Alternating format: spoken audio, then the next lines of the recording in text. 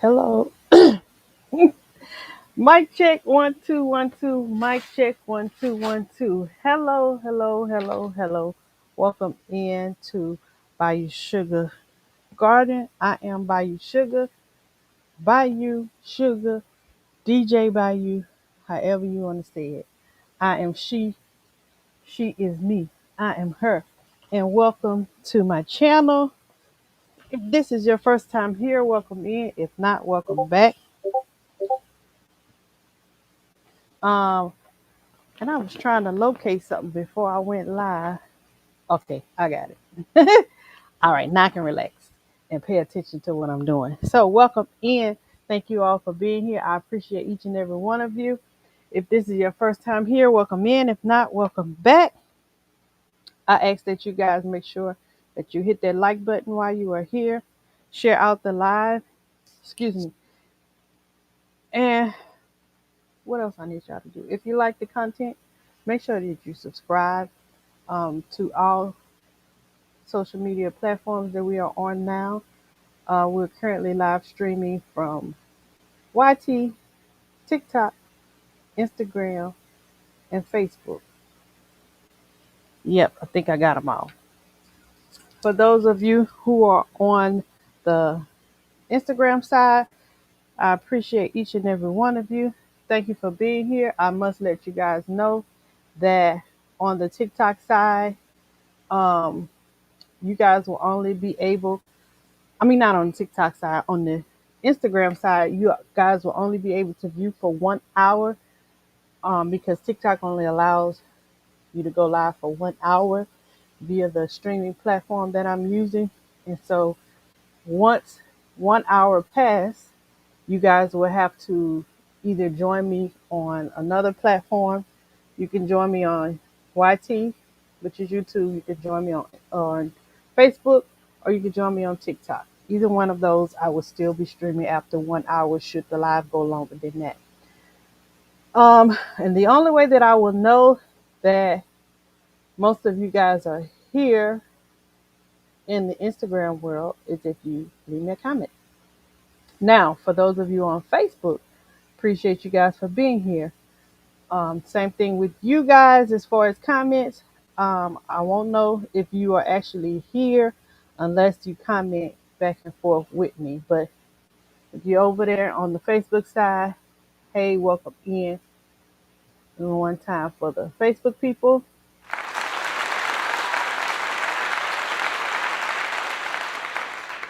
and one time for the Instagram people.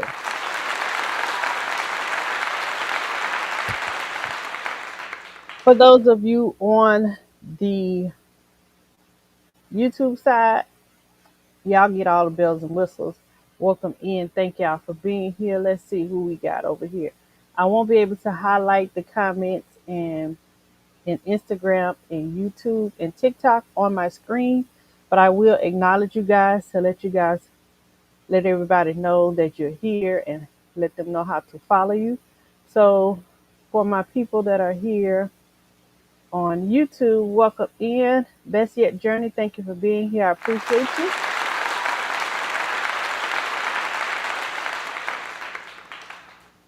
Welcome in, Jared Talks. One time for Jared. Thank you for being here. I appreciate you. Jared Talks.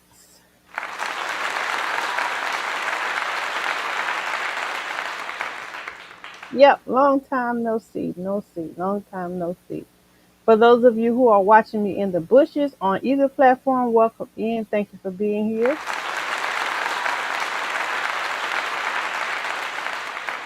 For those of you who are catching the replay on either platform you are on, welcome in. Thank you for being here. I appreciate you.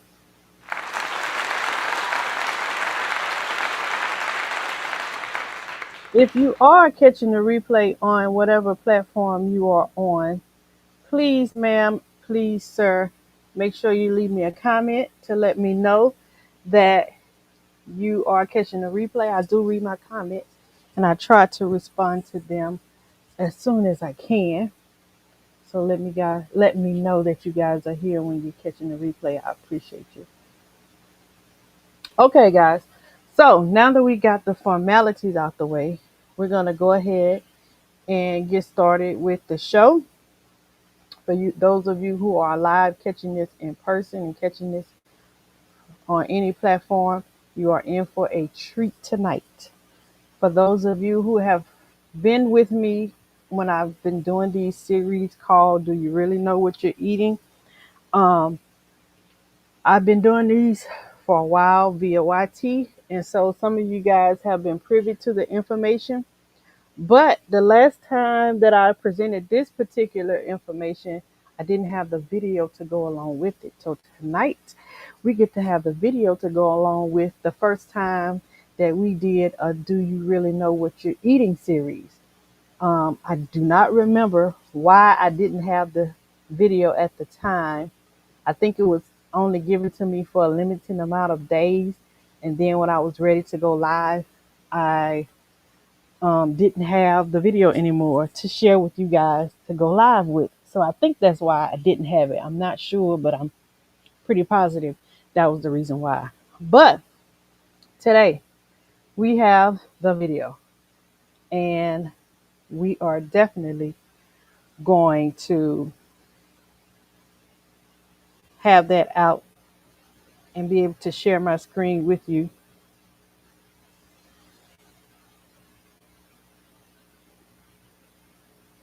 Share my screen with you so you guys can see exactly what I'm talking about. For all platforms, I do want to say that we have been talking lately about gardening and why it's important to garden and how is basically a life or or not life situation. I have to choose my words. I have to be careful because there's certain things that you can't say.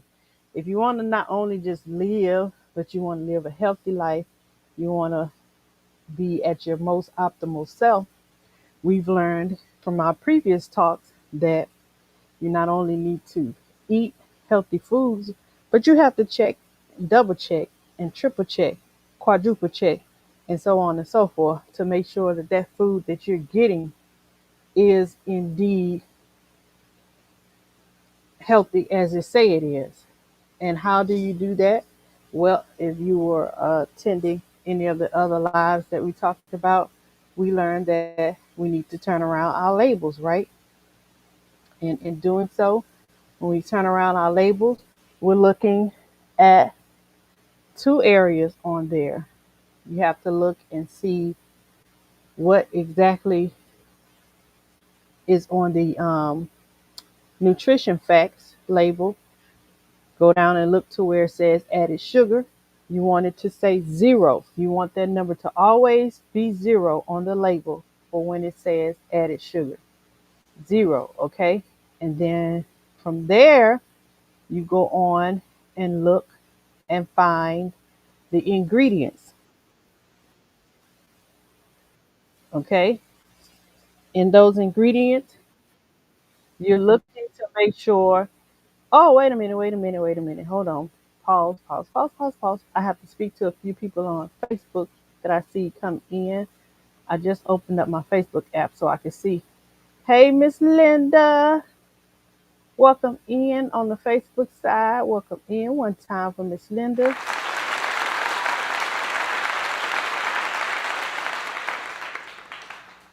And I see Jerry, you was on both sides. So I already spoke to you, Jerry. But thank y'all for being here. I appreciate each and every one of y'all. So, like I was saying, you have to turn around your labels and you have to look at the ingredients. And what are you looking for in those ingredients? You're looking to make sure that it doesn't say the actual word sugar, spelled SUGAR, right? And you're also looking to make sure that there aren't any other nicknames for sugar. And when I say nicknames, it, it's different names for sugar, but it still is sugar. For example, if you see um, maltodextrin or dextrose, that is sugar. If you see erythritol, that is sugar. It's just a different form, but it is still sugar. And it is not necessary in the products that you get, especially if it's not naturally occurring in it. So, say for instance, if you're buying orange juice, when you go and buy orange juice and you turn around that label, you should only see on the nutrition facts, you should only see where it says added sugar 0. Now you're going to have a number that says total sugar because there's natural sugar in orange juice. That's the only sugar that you should be consuming is the sugar that is naturally in the product, right? You don't want them to be adding additional sugar because that's where we come up with the problems with the health issues. So it's okay if you see total sugars and you see a number there, as long as the added sugar right below it is 0, right? So I'm buying orange juice. It's gonna say total sugars. There's gonna be a number there because it what naturally has sugar in it. But under that, just below that, right below that, in the added sugar section, it should say 0, right? This is orange juice, 0. You don't need to add any additional sugar if you're making if you're drinking organic orange juice. That's just like you fresh squeezing it. You don't add extra sugar to it, do you? When you squeeze orange juice on your own at home, you just squeeze it and drink it. Or even when you eat an orange, are you adding sugar on top of it? No need. If you are, then you already know that's just too much. You're going overboard. So then you go over to the ingredients of that orange juice. In those ingredients, it should just say orange juice or it should just say orange. Maybe water, but if you're drinking orange juice, it should just say oranges in the ingredients. That's it. Anything more than that on what you're buying, all these long words that you can't pronounce, if you can't pronounce it, leave it right there on the shelf. If you don't want to take the time to Google it and see what that big long word is, leave it right there on the shelf. Okay? Because 9 times out of 10, it is an added ingredient in a form of sugar that will cause you health issues, whether it's short term health issue, it could also be a fatal health issue. And sometimes it might not even be a fatal health issue. It may be something that you'll be stuck with for the rest of your life. And who wants to live the rest of your life unhealthy? And you got to pay attention to everything that you eat and everything you do. You can't just be, right? That's not living to me. So check your labels. That's one thing that we learn. You want to decrease your carb count, okay? 225 to 300 grams of carb. You want to do that. and decrease your portion sizes. Okay, those are the three things that we've been talking about in these last few lives that I've been going live on all these platforms all at one time. Guys, feel free if you have any questions as I'm going along. Please put them in the chat. I'll do my best to answer them to the best of my ability. And let me give my disclaimer, okay? I am a medical professional, but I am not your doctor. I am not your nurse. I am not your healthcare professional, okay? So I'm not giving you medical advice. The information that I am giving you is for informational and educational and entertainment purposes only. I advise you to seek your personal health care provider when making any changes to your diets or lifestyles or medications, okay? Just so you know that. And I also implore you, I stress to you, I beg of you, do your own research. Don't take my word for it just because I'm saying it. I'm giving you what I have done my research on. I'm just sharing with you what I found. I'm not perfect.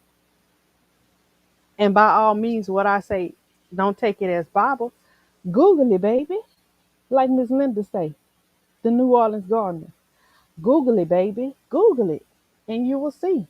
You will see that the information that I'm giving you is information that you can use to help you to be a healthier, happier you. Okay? Trust me. Now, um, in regards to that, we're going to slowly move on. I'm going to slowly progress you guys on to some other things pertaining to gardening.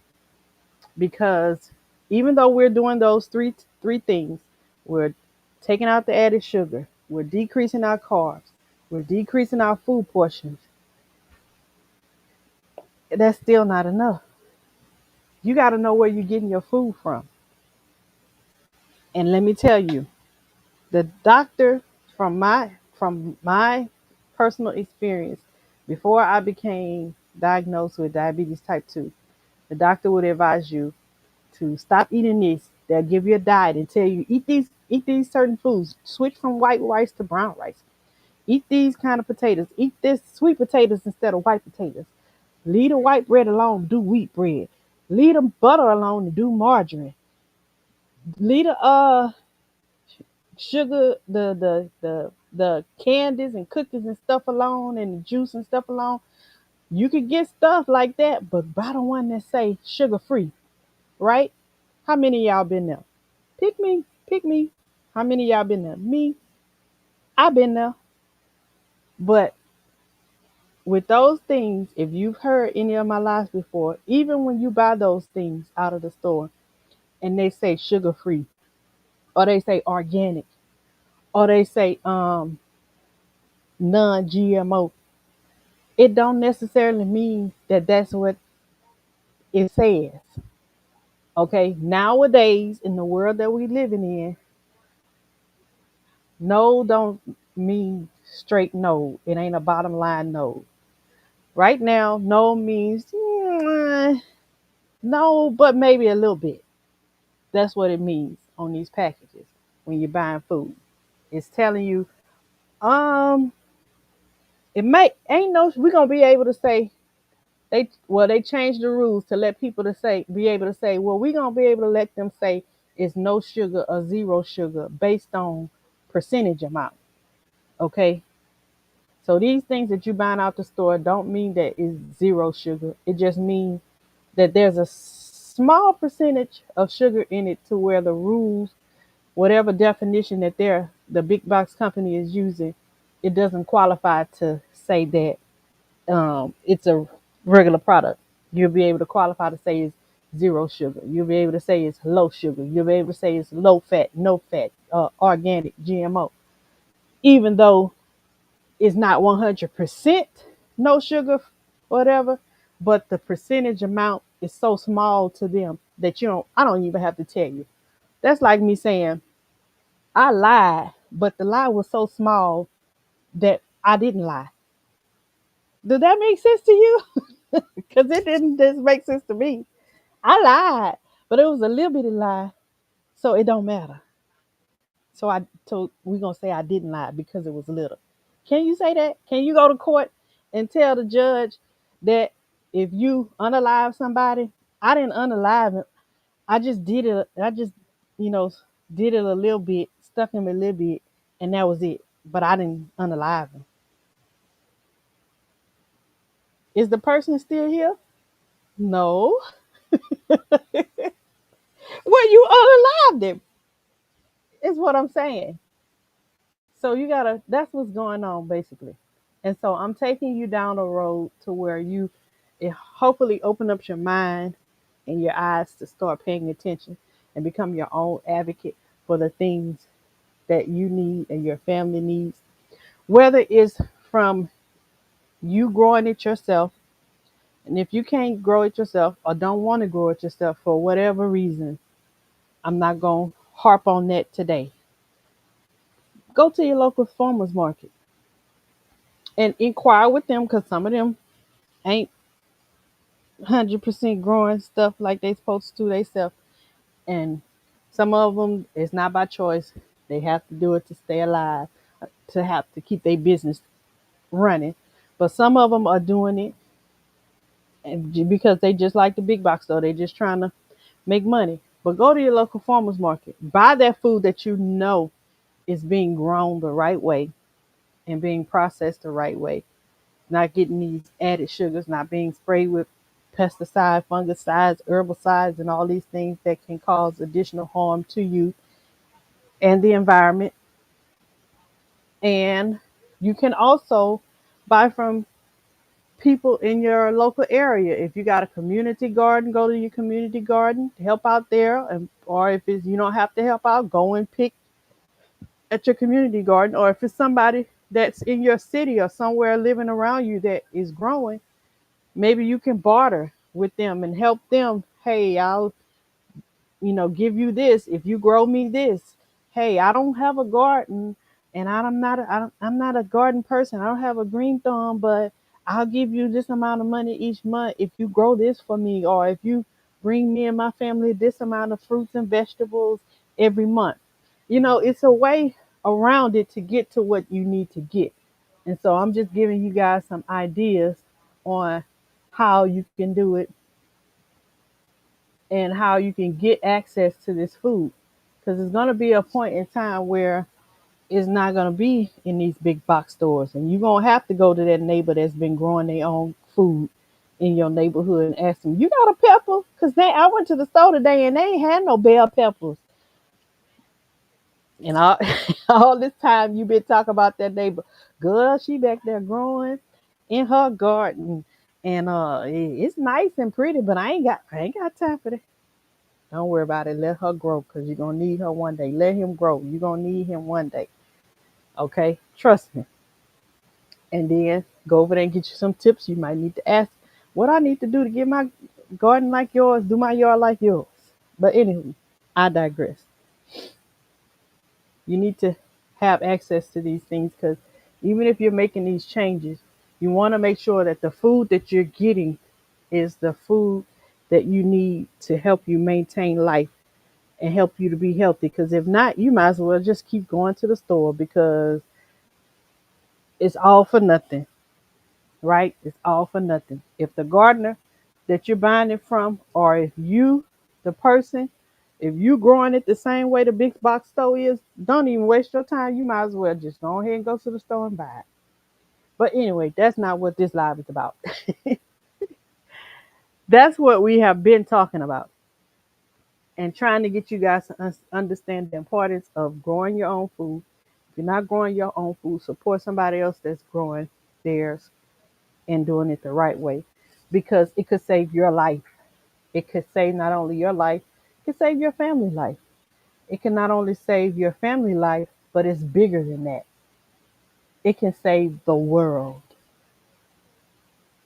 I'm telling you, it can save the world. All this global warming and food shortages and things, gardening can save it.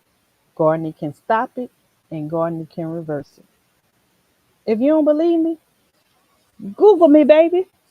Google these facts that I'm about to show to you tonight.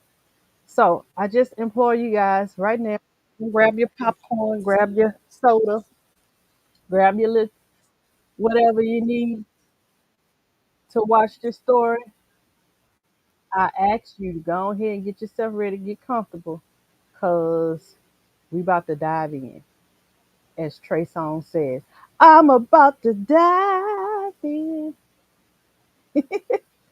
So let me share my started the music. I'm moving in the background. I haven't even shared my screen yet. Hold on. I'm gonna give y'all 15 seconds to get yourself comfortable so we can start. Trust me, you don't want to go nowhere. You're gonna want to watch this. You don't want to miss this. You don't want to miss this, especially you guys on YouTube. Um, we talked about this before, but I wasn't able to share it with you. So I'm gonna share it with you guys now. I think I want to take this off full screen so that y'all can see the words until uh, I get to the actual movie. Okay, y'all ready? Y'all ready? Y'all ready? Hey, Dunzel, welcome in. Thank you for being here. I appreciate you. Thank you so much for your support.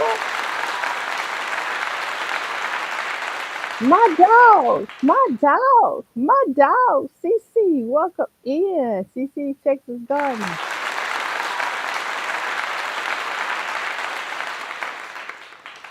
Welcome in. Thank you for being here, CC.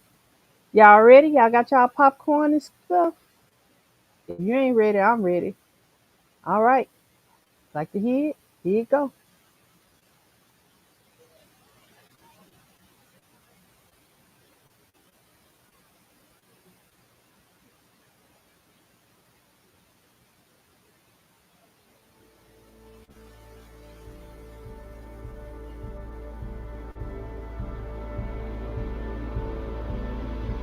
Hold up. Hold on, y'all. I gotta go back because I want y'all to see this. I'm gonna read this. So, on behalf of Rosar, Read this. scene that I know you'll enjoy. I gotta read this that showed up in the beginning of the movie. So I gotta let y'all see this. And I will post the link to this where you can go and back and watch it yourself if you want to. It's free for you for a couple of days. All you gotta do is put in your name and your email address, and it's free for you to watch for a couple of days. Okay. And then after that, they offer you some more things if you want to, but you don't have to put in your credit card number, no, none of that information or whatever. So if you miss some things, you'll be able to go back and watch it and don't have to worry about, no hassle. But definitely would encourage you guys to go back and support these people. So let's read this. I'm gonna read this so you guys will know the importance of it.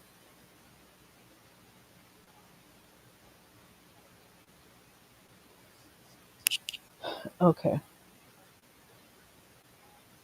So it says, for those of you who are listening and not looking at the screen, it says we have an estimated 60 years of formable soil left on the planet.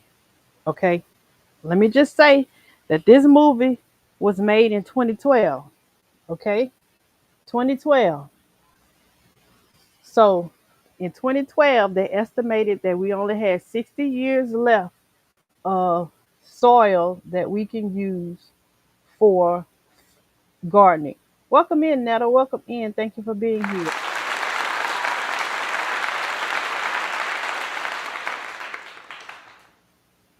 60 years. So by the year 20, is it 2075? Let me make sure.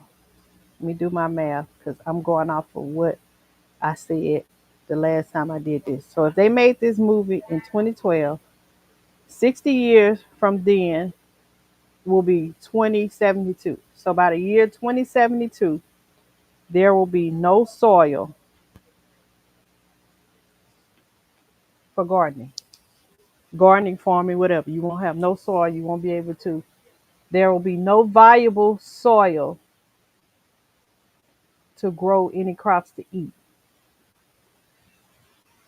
Hey, Enlighten Life and trying go bed early. Welcome in. Thank you for being here. I appreciate you.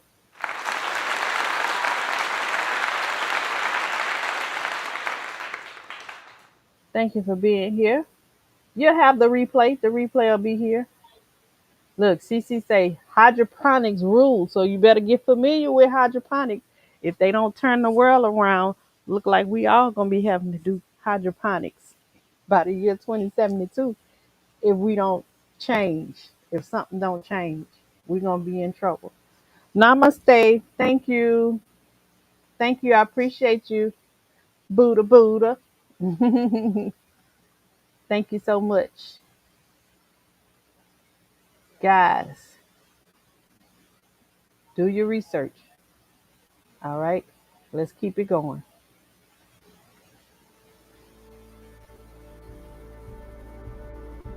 Okay, they say the reason why we will only have those 60 years is because of unsustainable agriculture. We mentioned this before, and we'll, as we go on with the series, we'll talk more about unsustainable agriculture.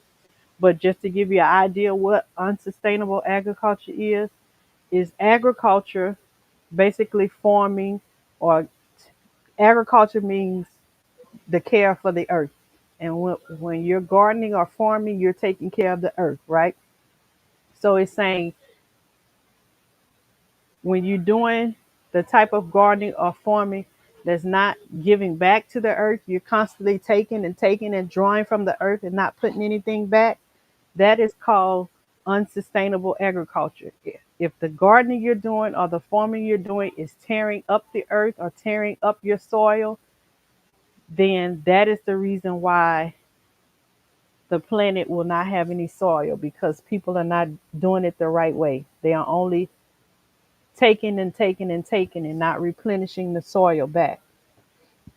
Hence, you end up with no nutrients in your soil. I'm new to gardening and got over 24 G. I thought you was somebody else in Light and Life. I'm so sorry. I am so sorry. I thought you were my friend Buddha. Okay. Says what Enlighten says, what's a hydroponic? I've been wanting to ask, but um, I'm new to gardening and got over 24 ginger plants. But be right back listening. Got talk to my homie Mona Sheila. Oh, okay. Oh, that is Buddha. Oh, so Buddha, hydroponics. Look, Mona know what hydroponics is, but hydroponics is basically a way of gardening through a system that you can purchase from the store, or you can build one yourself. My Renaissance grandma, um, my Renaissance grandma has a video on her channel how to build your own hydroponic system, and you're basically using it to grow indoors, or you can grow outdoors, but you're not using soil. You're basically using a nutrient solution to feed to your plants and water. So that's what hydroponics is. You can do grow everything that you grow outside in hydroponics, except for on a smaller scale. So I hope that answered your question. Okay. Hey, Nisi plus four on the Instagram side. Welcome in. Thank you for being here. I appreciate you. One time for Nisi. That's my cousin, y'all, in real life.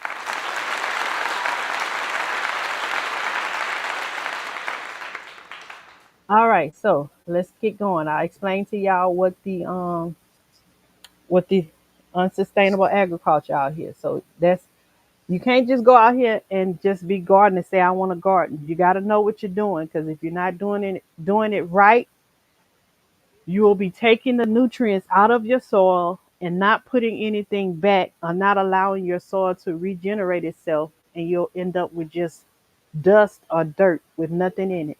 Now, you'll grow plants and stuff in that dirt, but it won't be nutritious, right? It won't have the vitamins and minerals in it that you need.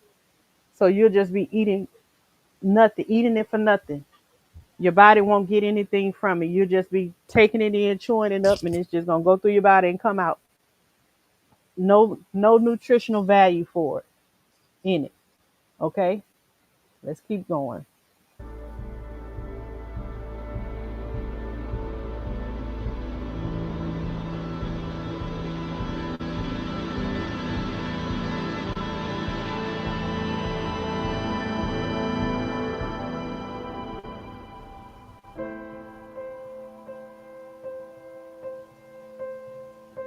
Things grow at exponential rates. They're not linear.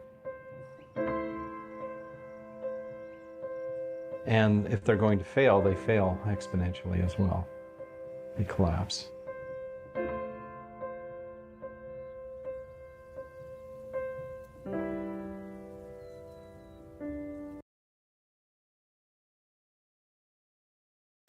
Okay, I had to pause, y'all, because I'm sorry. I seen this other part of the video that I wanted to read just in case that there are people who listening but not watching.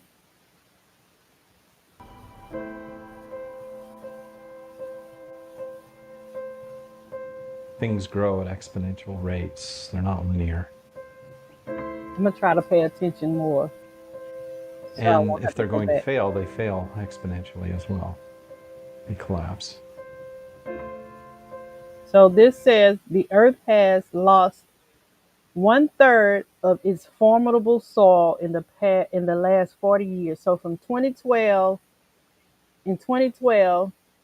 40 years before, in the past years, 40 years from 2012 back, the earth lost 1/3 of its formidable soil. That's a lot of soil to lose in 40 years.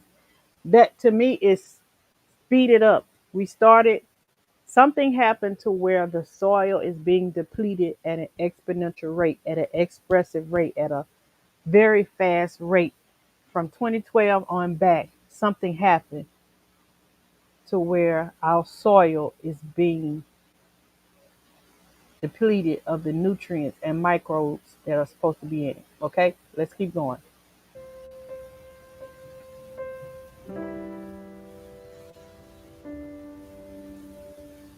Our top priority right now is to repair the soil. Can't go on that way. We'll all just wind up dying. If we stay on our course, we could look at a worldwide catastrophe. In the United States, we're losing soil at 10 times the rate it takes to regenerate it. We have plenty of civilizations over the course of time that didn't get that right. And so our challenge is, how do we make sure that we're not one of them? We're still in kind of an extraction mentality, where it's what it costs us to bring it out of the earth. It's not what the earth has paid to get it in. We need to start shifting from a death-based or a harvest-based mentality into a life-based economy. Industrial agriculture says we have to go with these machine-intensive, chemical-intensive means of producing food, and that is a false dichotomy. The more you care for biodiversity, the more you care for the soil, the more food you actually grow. The issue we're facing right now is two different futures. You cannot feed the world from dead soil. Then the ecosystem begins to unravel. Things are collapsing everywhere. Food essentially has no nutrients in it these days. People know that it's hurting people. People know that it's harming the environment, and they do it anyway. We got to stop focusing on the problem and start focusing on the solution. Buddha, tell your mama, look, see how. Tell your mama, look, we're so happy that she's growing such good food for you. Tell her, keep up the good work. Not one single solution that's going to solve every problem, but many, many small solutions that collectively will actually lead to a societal shift. But it takes the will of the people, and I think that time is coming. I think that time is coming. It didn't take very long for us to tear the soil apart, to tear it down. We need an equal solution, the inverse of that, to build it back up again. So what we've tried to do here is to take natural biological processes and accelerate the regeneration of soil. Something that would normally take decades or a few hundred years, we can do in a matter of hours or days.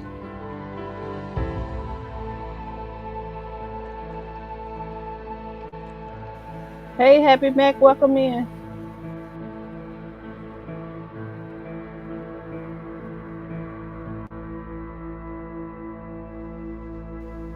Y'all, this is the name of the film that we're watching. Let me go back and put it up.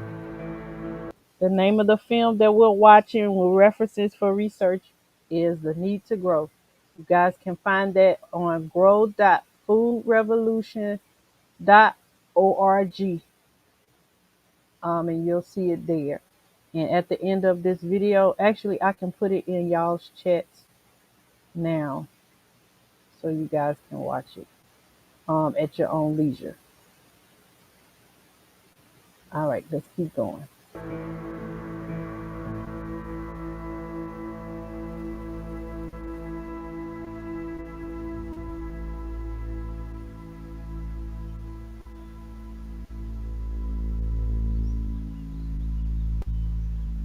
Hey, Happy Mac. Just in case you didn't hear me. Hey, Happy Mac.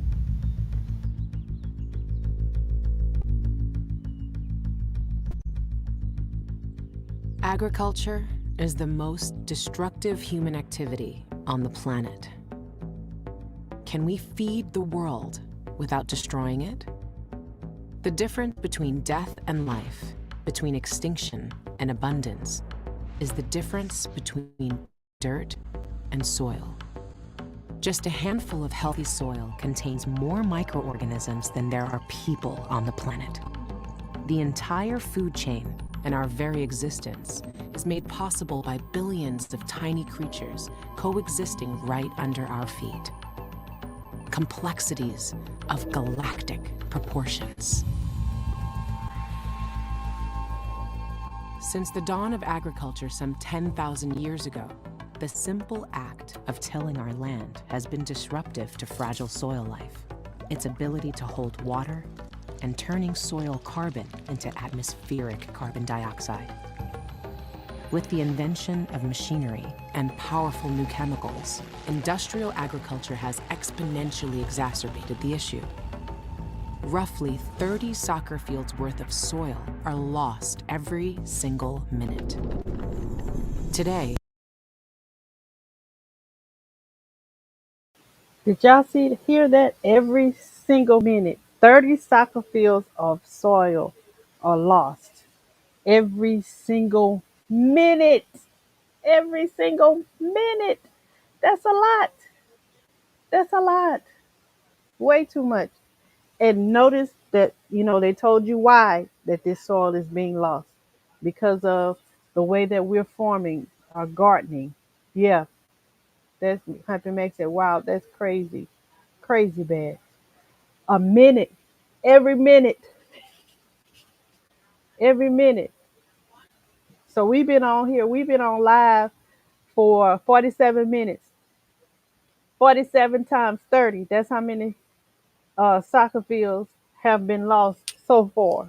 47 times 30. Just from us being on live. That's how many we've lost. And it's due to the, people invented machines to make farming and gardening and stuff more easier, more where you can do it faster. And they only considered making it faster instead of, they didn't consider how much it was tearing up the earth or causing harm to the environment or the microbes that's in the soil, right? All right, let's keep going. I'm going to try to let this play and try not to talk too much. 70% of our planet's soils have already been destroyed. At this rate, the Earth runs out of farmable soil in a mere 60 years. Without soil, all ecosystems outside of our oceans become impossible. We can either wake up before it's too late, or guarantee a path to consistent drought, extreme food scarcity, and catastrophic climate change. Is our only option a system with a built-in expiration date? Or will we acknowledge our responsibility to this planet and uphold our debt to future generations?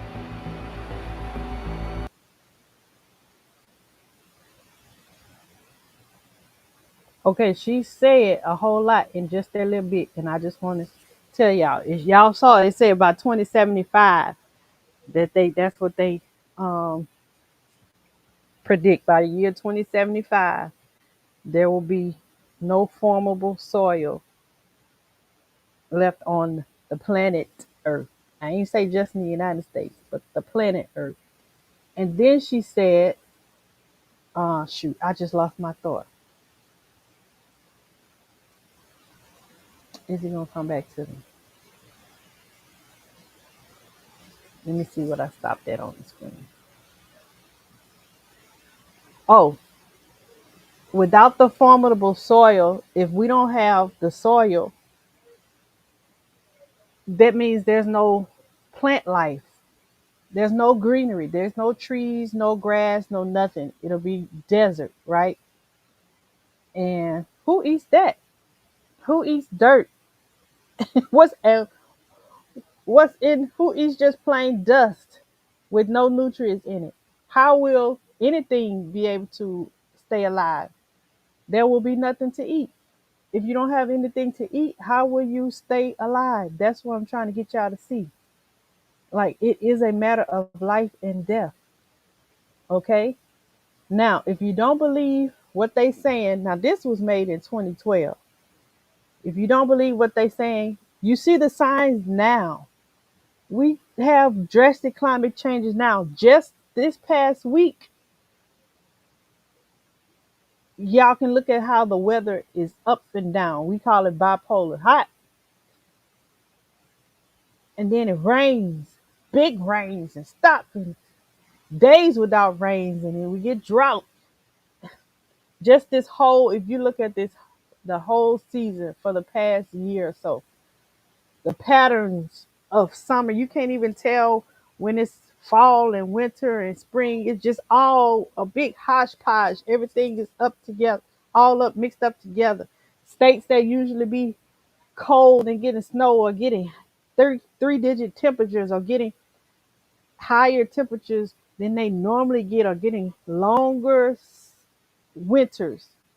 The planet is warming up. Yeah, CC said Texas had lots of rain and they had floods, unexpected floods. Okay, now we're not gonna go into the discussion of whether that was intentional or whatever, but we just gonna talk about the stuff that we know that is caused by the earth, what we think is caused by the earth. But we can all agree that climate change is happening, right? And these things are happening, and there are signs there to double check what they are saying in this film. Let's keep going. Let's keep going.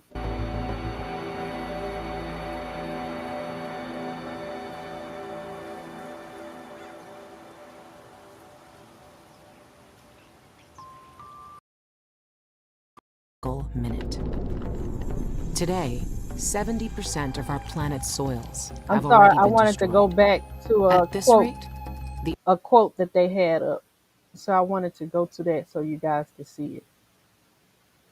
And then I promise you I won't stop it for at least about 5 or 10 minutes. Let me see if I can get back to it.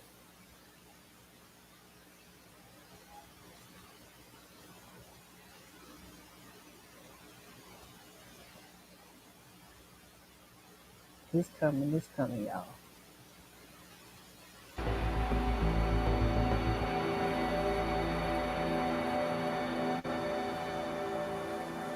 Okay, so the quote up here says, if your plan is for 1 year, plant rice. If your plan is for 10 years, plant trees. If your plan is for 100 years, educate children. Okay, so basically, they're telling you whatever you're doing, and you're whatever your plan is, you need to plant based off of what your plan is. Like if you're only trying to stay alive for 1 year, then plant you some rice. That's a short-term plan. If you're trying to if you try to solve a short-term plan, then if you're trying to achieve a short-term goal, then you use a short-term plan. If you're trying to make it last for a few years, then you use a plan that will last for a few years. But if you want a plan that will last a lifetime, then instead of just planting rice, instead of just planting one crop, instead of just planting trees, we need to be doing more than just planting, but we need to be educating the generations behind us, right? So that it can go on forever. The cycle will never end. So essentially, that is what this quote is saying. Yes, we want you to plant the seeds and grow the trees and things, but more important than that, we want you to pass on the knowledge to those behind you so that the cycle can continue, so that we all can continue to live, so that the earth can continue to progress. Okay?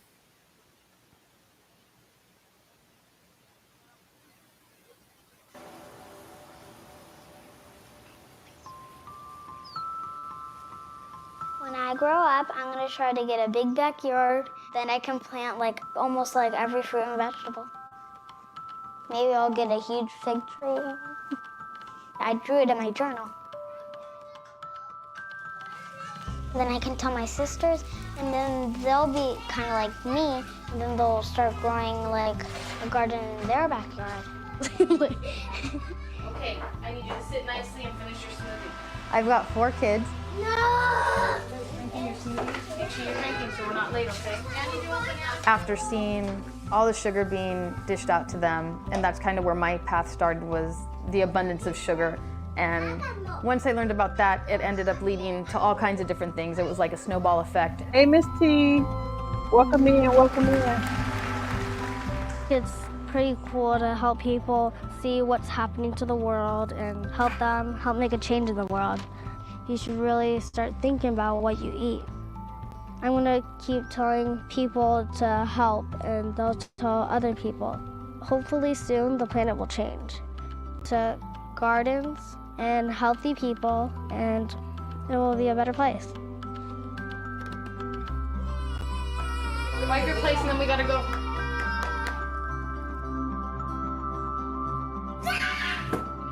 Who's taking the compost today? Man, buckle up. Okay.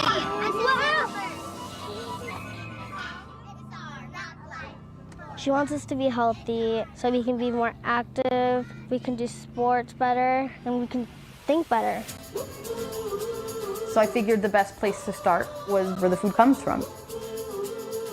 When I saw when a seed grows to a giant plant, I thought it was pretty fascinating.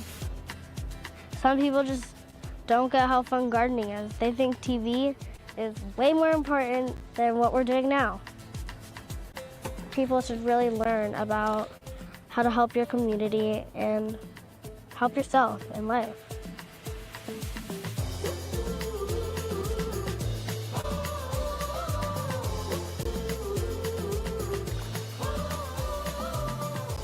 It's important because then everyone will know where the food comes from and how things grow. Because normally you don't really see it.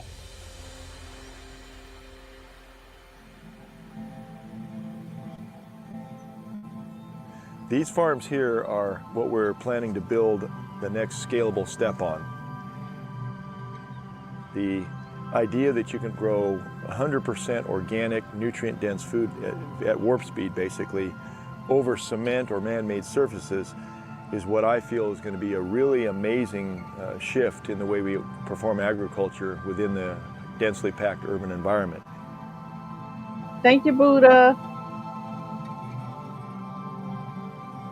Waste is not an option, and that's got to be a mantra that we all adopt. This is Alicia. Who's this? Hi. Wow, where'd you get such a nice smile?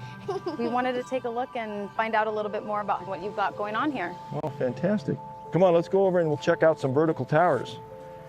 You can put about 40 plants in 2 square feet. extremely resource efficient, 90% less water, 50% less fertilizer. Now let's go over here and let me show you one of my monster beets. This one's trying to escape. It's breaking itself out of the pot. Strawberries go really good in these towers. I love strawberries. And you're gonna taste a piece of lettuce. I'll bet you've never tasted lettuce that tastes like this. And I'm gonna show you something special about it. Here's the secret. When I pull a piece of lettuce, see the white milk Okay, in there? thank you, Buddha. I I want appreciate you to just taste it.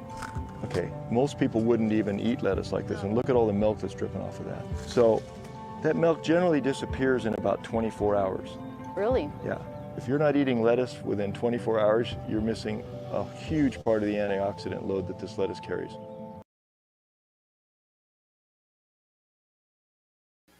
I paused that because I mentioned this before when we did this, when I talked about this video, and I couldn't have on YouTube and I didn't have it to share. How I told y'all to know if your lettuce is full of nutrients. He just showed you. He just said it with that milk in it. If when you pick it and you see that milk coming out of it, it has those nutrients in it. And if you don't eat it within 24 hours of picking it, all of those nutrients leave and it's less nutrients in it after 24 hours. So if you're not going to eat that lettuce in 24 hours, don't pick it. Let it stay there. Pick it when you're about to know you're about to eat it within 24 hours. Otherwise, you're getting less nutrients, okay? Note to gardeners, note to self. Even though we came from a powered up hydroponic background, we started looking at soils in a completely different light. The more we study them, the more we know life as we know it actually comes from it.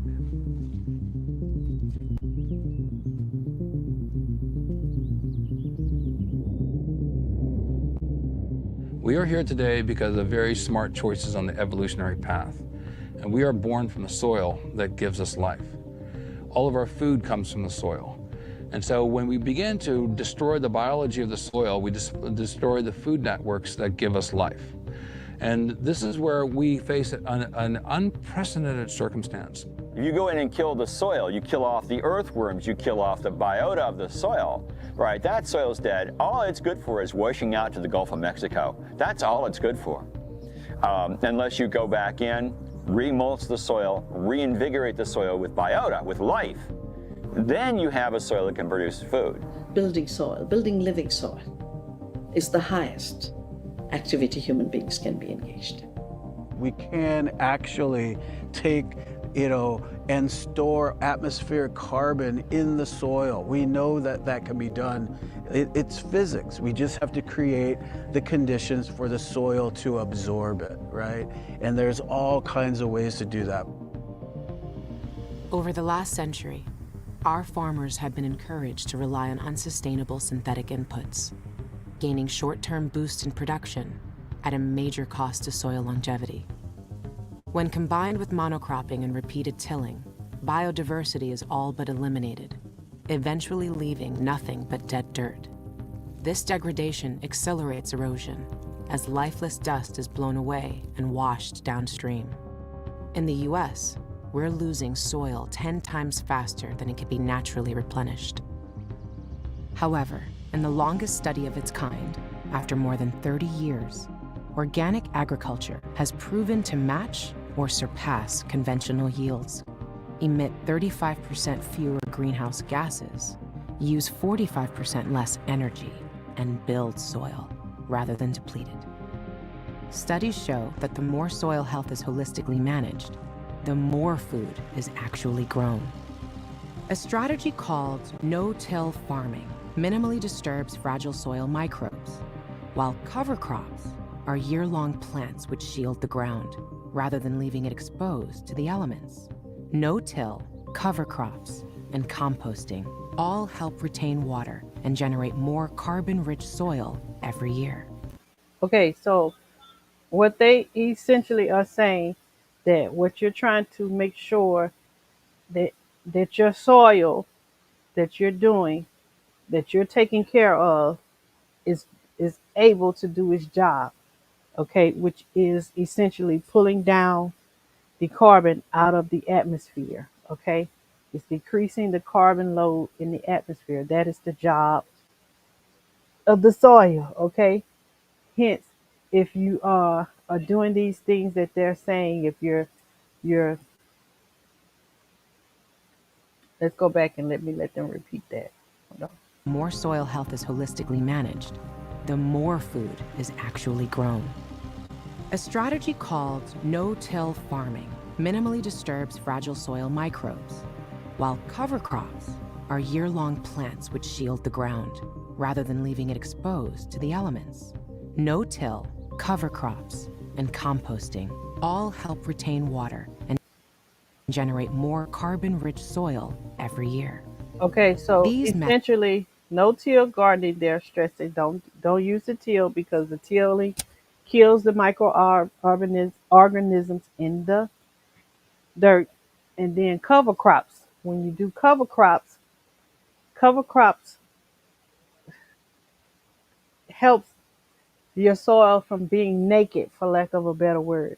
So not, you know how some of us, in between transitioning over from one season to the next, we may call ourselves allowing our soil to rest, and you leave it with nothing planted there.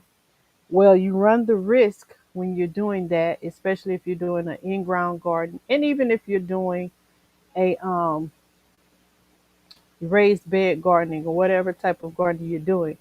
If you leave your soil naked, meaning there's nothing planted there, then you're allowing it, that top layer, to break down and become dust, right? And then the wind and the rain, it just takes that dust away. It makes it easier for it to be washed away by wind or water or whatever the earth, whatever climate is going on, is able to just pick it up and being washed away. And that's what's happening with that. Cover crops, no tilling, and what was the other thing she said? Oh shoot, I forgot just that fast. So cover crops are essentially, let me go back. On plants which shield the ground, rather than leaving it exposed to the elements. No-till, cover crops, and composting.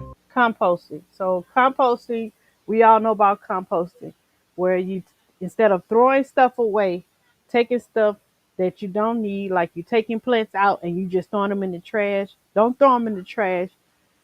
Leave it. Get you a pile or a trash can or something to put it in, or some place to put it, and let it break down.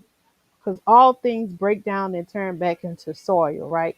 So instead of throwing it away, putting it in the trash to be hauled off, get you an area where you can just allow those things to break down over time. And when it breaks down over time, it becomes more soil. And guess what? All the nutrients that is in that plant that you pulled up turns into, it is in that soil, because you allowed it to break down. So you're basically recycling, right?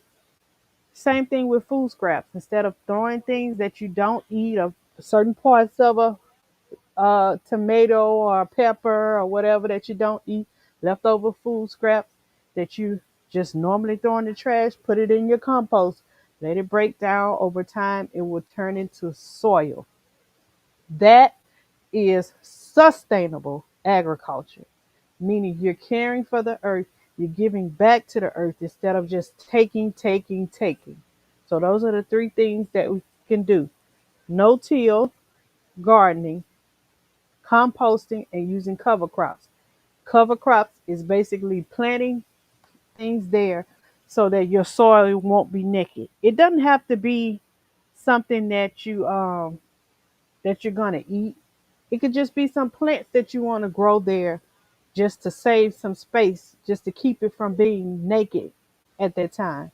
And then when you're ready to plant something there, then you can pull those plants up and plant what you want there. I happened to go to Oklahoma over the weekend, not over the weekend, week before last, and I noticed in their Wally World, they had, I don't know if it's in my Wally World here because I haven't went yet, but I plan on to going to check. They had in their garden center cover crops. So I'm gonna show y'all a picture on my phone. Let me see if I can pull up, if it's saved into my Google Drive, in my Google Photos on my phone. then I could share my screen instead of just showing y'all off my phone. But I took pictures of them. Or did I do a video? I did a video. So let me see if it uploaded to my I think it did.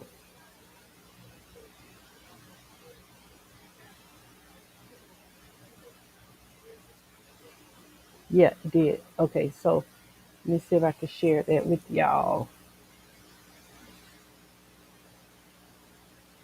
So they sold cover crops, and it actually said cover crop on the packaging. So let me share my screen and share that with y'all.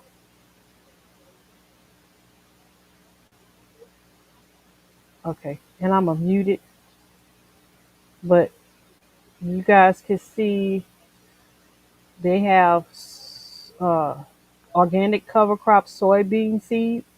Soybean seeds are a cover crop. They had field pea seeds. Now we don't think of field peas as cover crops. I've seen field peas in Arizona, and y'all know Arizona is a desert climate. Welcome in, my brother. Is you still in the other room? CC Juice, welcome in. Thank you for being here. Oh, you done went next door. I think he done went next door because I hear my mama talking. She don't sound like she talking to him. Yeah, my brother's joined on the Instagram side. Welcome in. All right, so let's continue to see what other cover crops. So y'all, I know y'all probably have seen in different areas that these places. When I was in Arizona, it was huge fields of greenery. I'm like, I wonder what they growing. I wonder what they growing. And it's all green stuff. You see the little flowers on it every now and then when it's time for them to bloom. I'm like, we in Arizona, what are they growing right now? It's so hot. If it wasn't citrus, they was growing in the heat, in the 3-digit temperatures. It's hard for things to survive in that climate. So what they were doing was growing cover crops. And I've seen a lot of field peas. So I'm going to continue to share this video. Let me see if I can make it a little bigger so y'all can see. I'm going to rewind it a little bit so y'all can see, because I know I had it little when I started it. So I'm going to rewind it a little bit so y'all can see. So this is what I saw at the Wally World, and this is in Oklahoma. So they had the organic cover crop soybean seeds. They also had the field pea seeds. That's what we just talked about. They also had yellow mustard. I never thought about those. And I've never seen those in my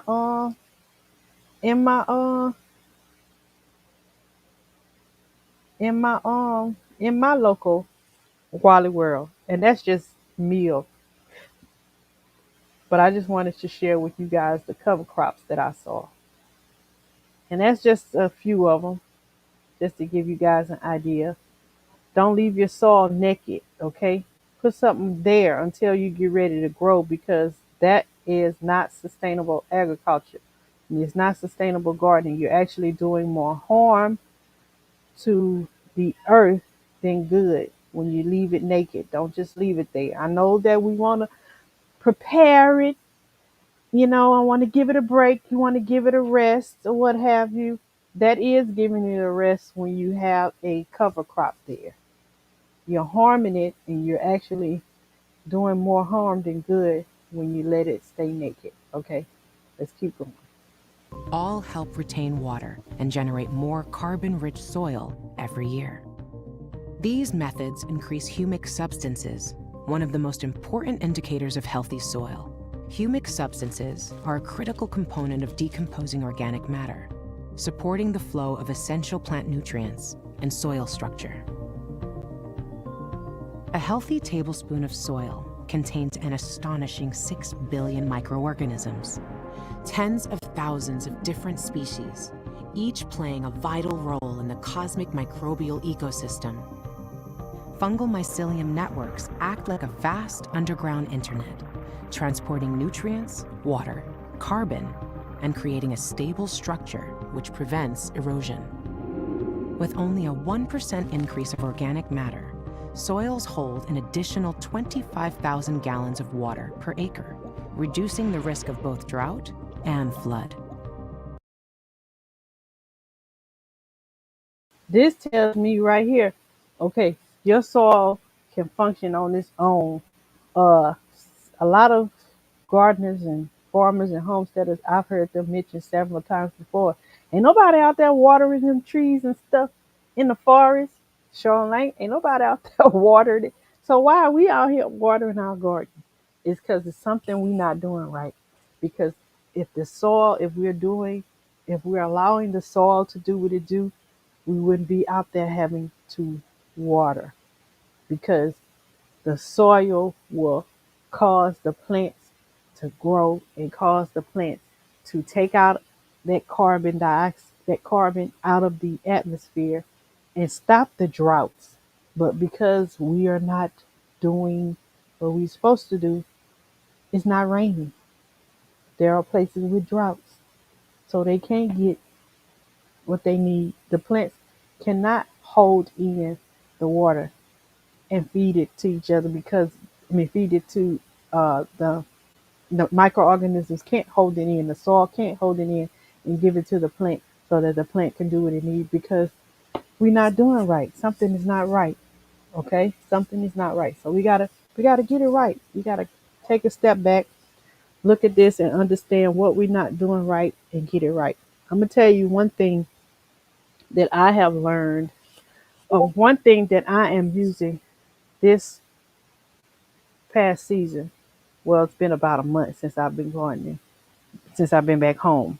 I dug trenches really deep alongside of my garden so that I won't be out there watering out of the hose.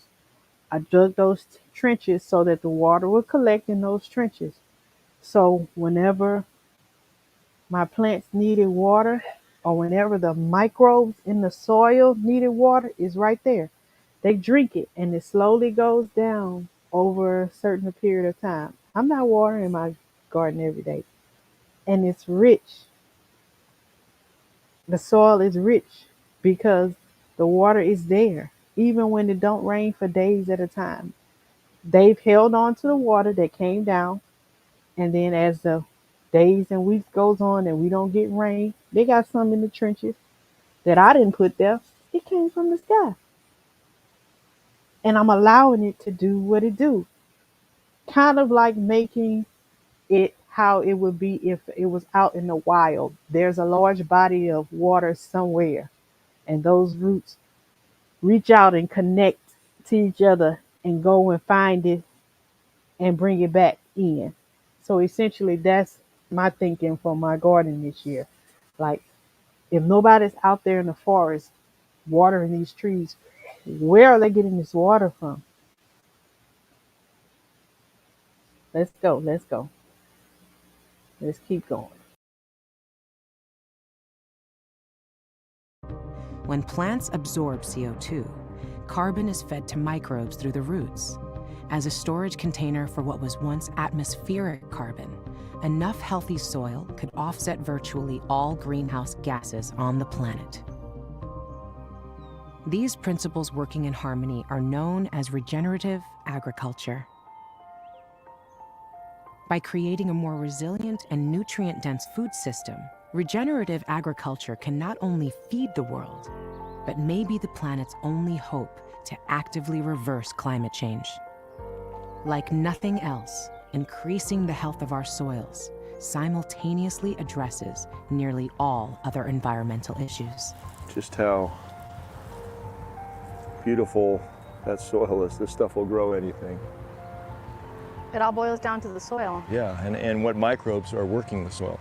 We have to start thinking about feeding the soil, Right. not feeding the plant. It's something that I never really thought about. Had I gone out and planted something, I would have scooped up some dirt, threw a seed in, and called it a day.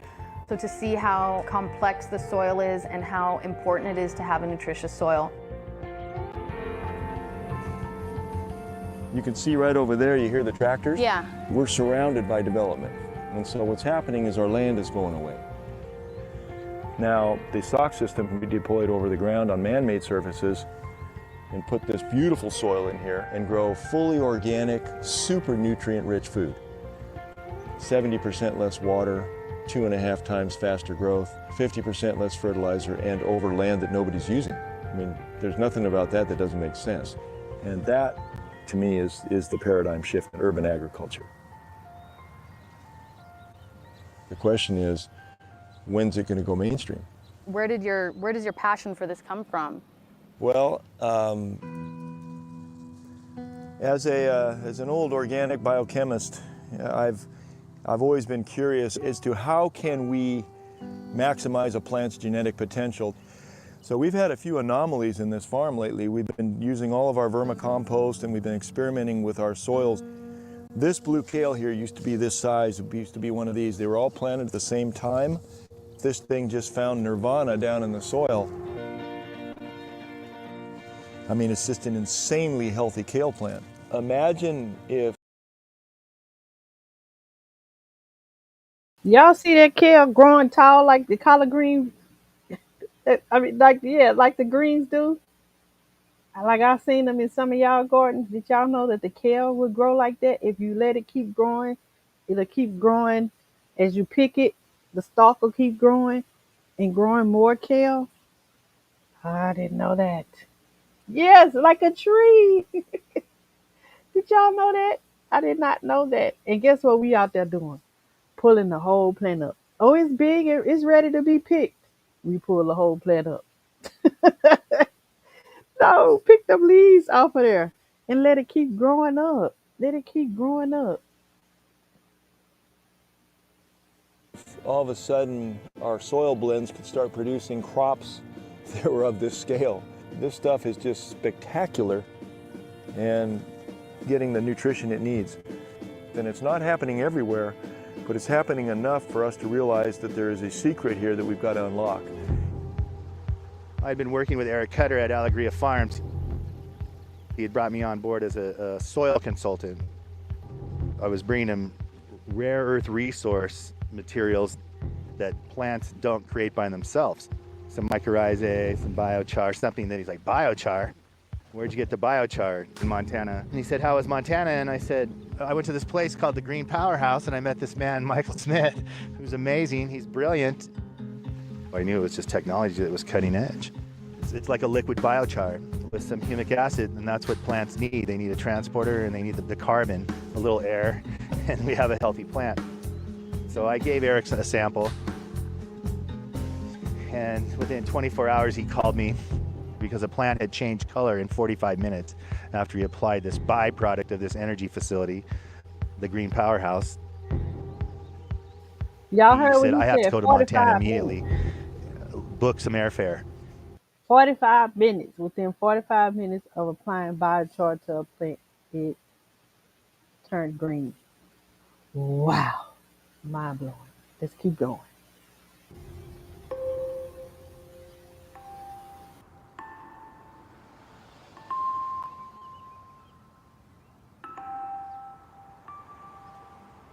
When I was 4 years old, I did have a severe car accident in front of my house.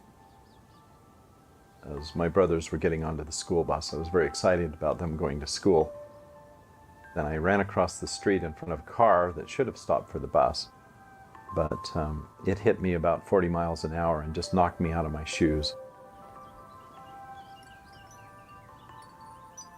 The driver of the vehicle was uncertain that I was going to live, but fortunately he was a doctor.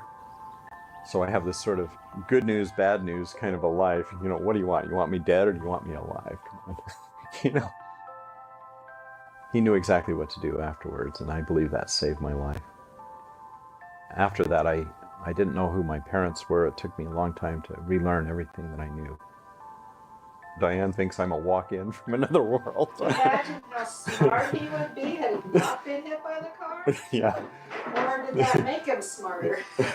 I don't necessarily see myself as that smart. That's the problem. I got a chance to work with Walt Disney Studios. I worked with NASA. We worked with the FBI. We remastered Pink Floyd's The Dark Side of the Moon. We actually captured and digitized some of the Beatles stuff. I like to say that I was one of the first pioneers in 3D printing, long before 3D printers were known as such. I was working with the Dire Straits on a music video called Money for Nothing. I worked with physics engines that are used in video games, games like FIFA and Madden, Grand Theft Auto and Halo. We tried to introduce more natural behaviors into character animations, which involved a lot of artificial intelligence. And I was offered the job at LucasArts, but they required that I live and stay in San Francisco. I thought, well, gee, I value my freedom.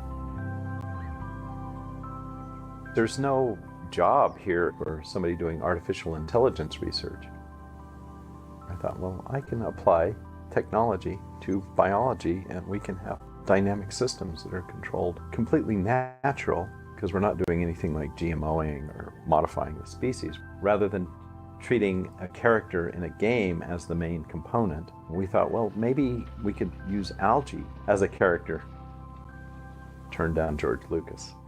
I don't know if that was the best decision, but it was a decision.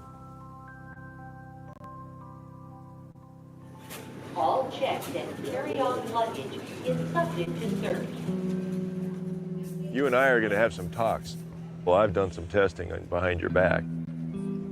Well, I compared it to some of the best root enhancement mediums.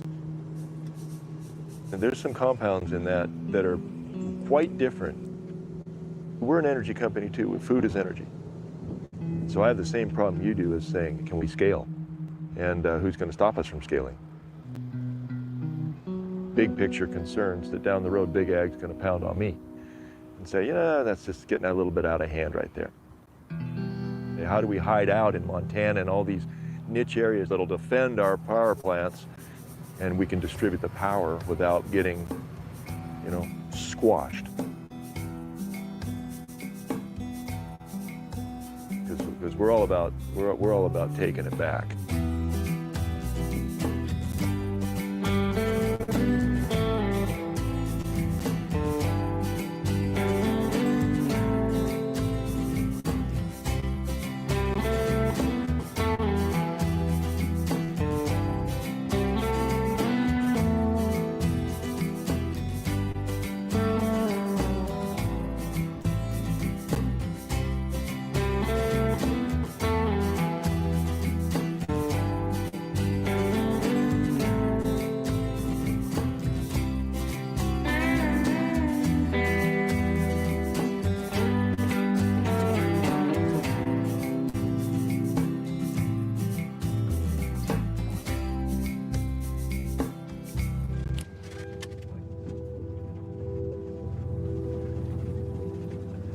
This new compound that's coming off the Green Powerhouse is a very powerful root stimulator, which means that it's a very powerful natural fertilizer.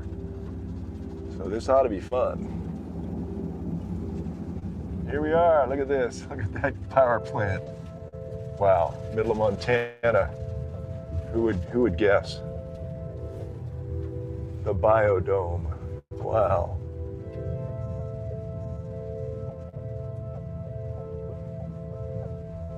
All right, I already want one. I believe it's a game changer. What the algae and the biochar together do is literally rejuvenate, revitalize, and remake soil.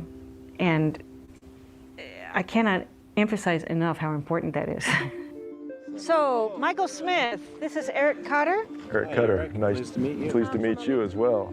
I'm a biochemist and oncologist by training. I grow food and I'm a chef. And so I started playing around with this stuff and I called Ken. I said, Ken, where'd you get this stuff? Really? Oh my gosh. Michael is an extraordinary visionary. He was the visionary behind the company, even though it had several founders.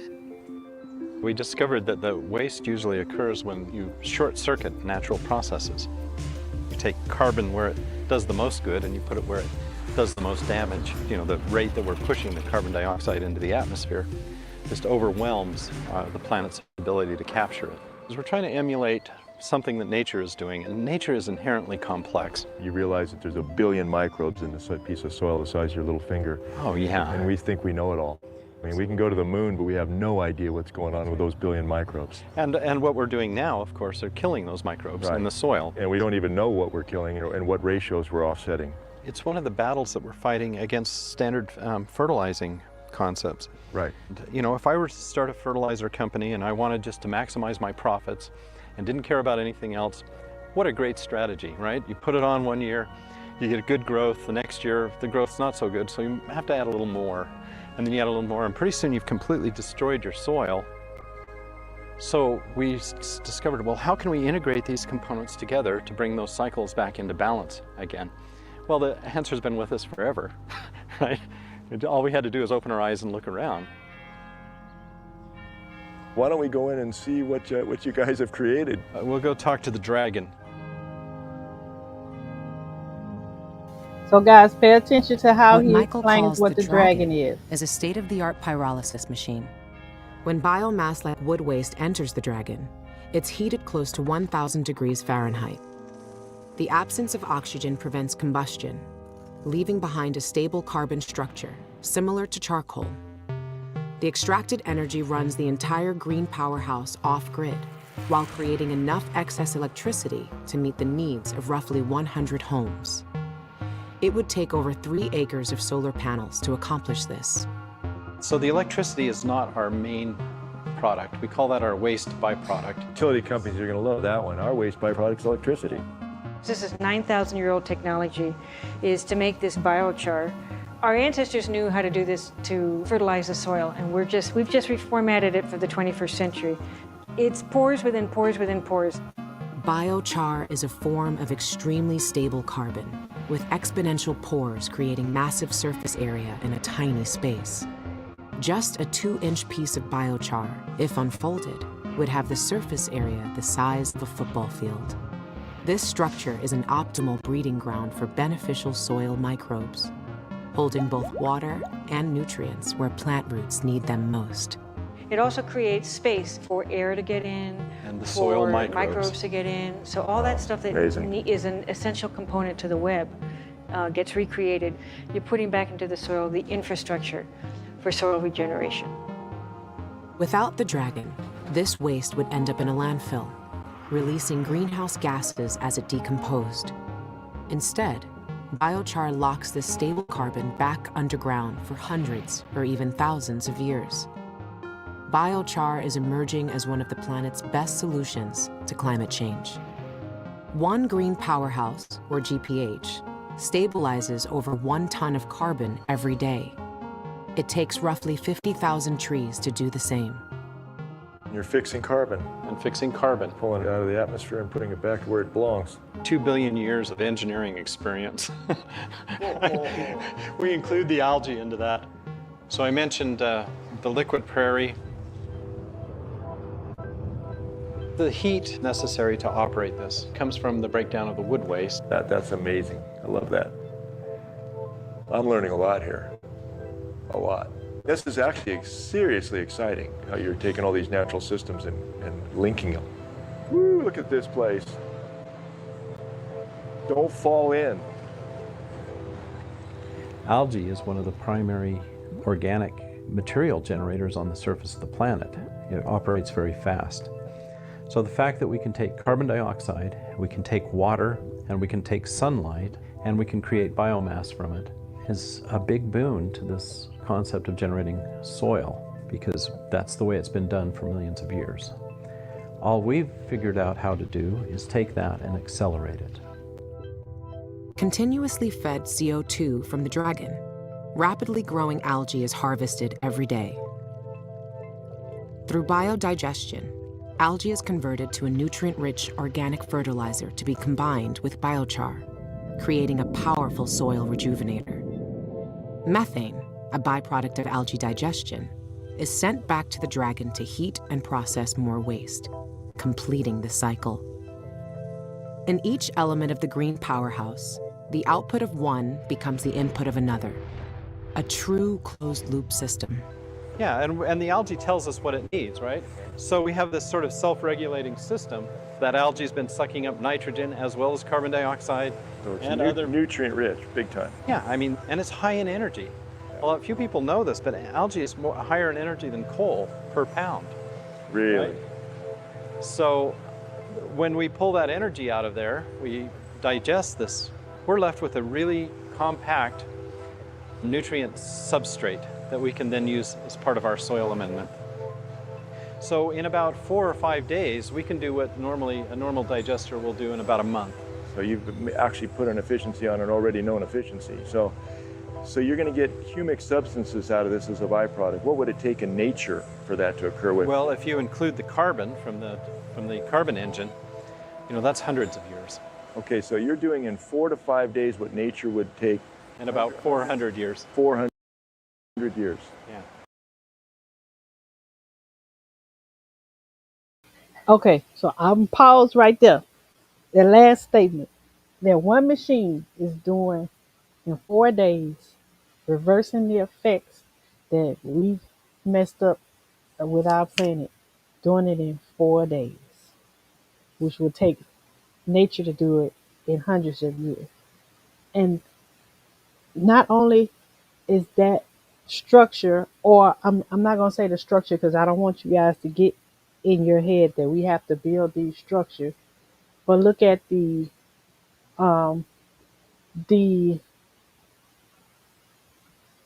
knowledge behind it, exactly what he's doing, like the things that he's using in the system. So don't look at the structure, look at the system, the things that he's using in his system. He's using wood, he's using biochar, he's using algae, he's using all of these natural resources, okay, all of which their byproducts or the waste of them being broken down feeds the other one, right? Feeds the other one. And in turn, you get healthy plants, where you get healthy soil, which gives you healthy plants. And then you get a healthy environment. And then, as an added bonus, you create energy. Oh, that's everything you need. Everything you need to survive. Solar energy.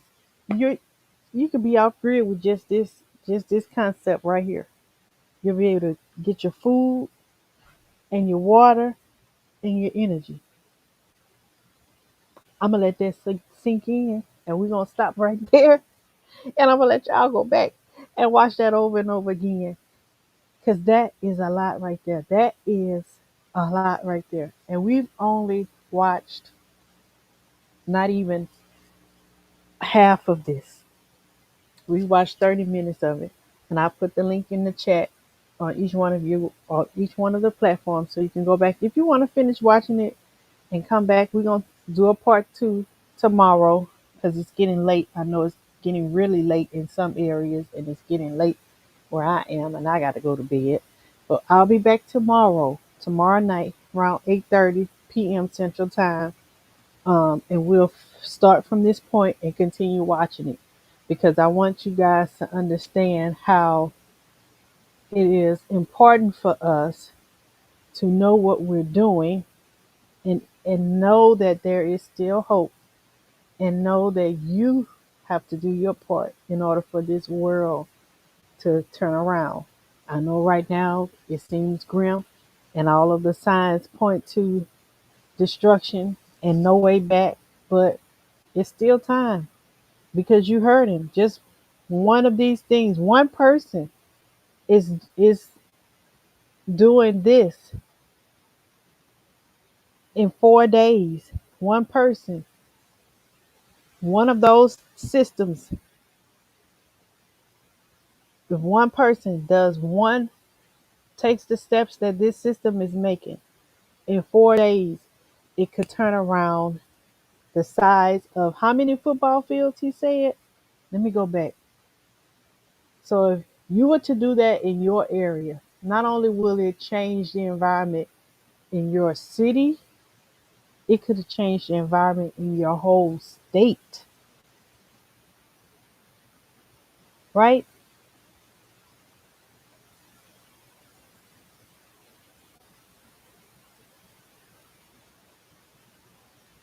said 1 ton of biochar could affect several football fields, right?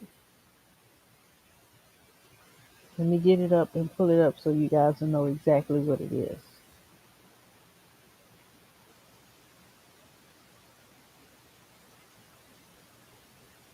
Tiny space. Just a 2-inch piece of biochar, if unfolded, would have the surface area the size of a football field. This structure is an optimal breeding ground for beneficial soil microbes, holding both water and nutrients where plant roots need them most. It also creates space. Yeah, biochar is small. 1 piece of that biochar to do 1 football field, right? That's a lot. So just imagine if you got several pieces of biochar and you're using this whole system that he's talking about doing. And we're going to break that down tomorrow, how you can do it where you are. You can change your city's climate. You can change your state's climate. And just imagine if the person next to you is the person in another state is doing it. Like, we don't need thousands of people doing this, because your reach can reach far with you just doing it in your backyard. Y'all know the saying where it says, you can make numbers count. You don't count the numbers, you make numbers count. So that's essentially what we're doing. We're making the numbers count. We're making a drastic impact with a small amount of people. So with that being said, I want to say to you guys, thank you for being here. I appreciate all of you for coming in and tuning in. I hope it was something that I said that will help you and inspire you to continue growing. If you are growing, continue to learn how to get better and do it better. It's a process. Things ain't going to happen overnight. We learning. I'm still learning. And if you are not growing, start growing.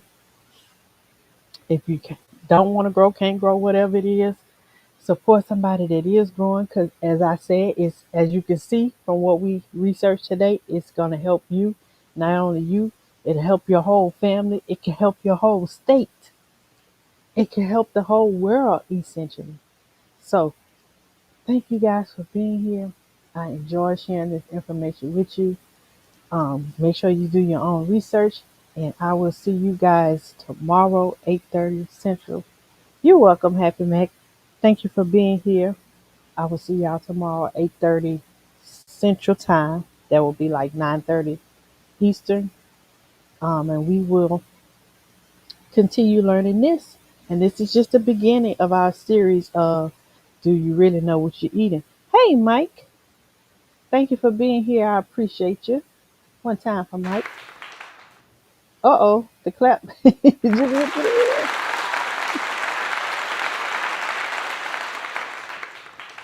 So, and if you're like me, this was a reminder to me. It got some light bulbs to start going off for my garden, to some things that I can get better on.